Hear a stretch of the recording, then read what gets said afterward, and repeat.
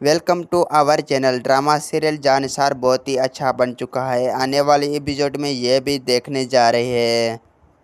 दुआ बहुत ही ज़्यादा गुस्से में होती है और वो नौशरवान से कहती है, आप मुझ पर भरोसा नहीं करते। ये बात सुनकर नौशरवान कहता है, तुमने मुझे धोखा दिया।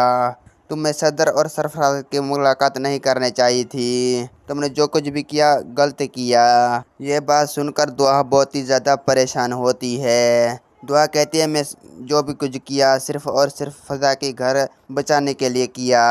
मैं उसे गई कहनी थी, फ़िज़ा माँ बनने वाली है। ये बात सुनकर बहुत ही ज़्यादा गुस्से में नौशरवान कहता है, वो उस घर में रहता है। फ़िज़ा ने तुम्हें नहीं बताया था। ये तुम्हें बतानी गई थी जो वो उसका ख्याल रखे।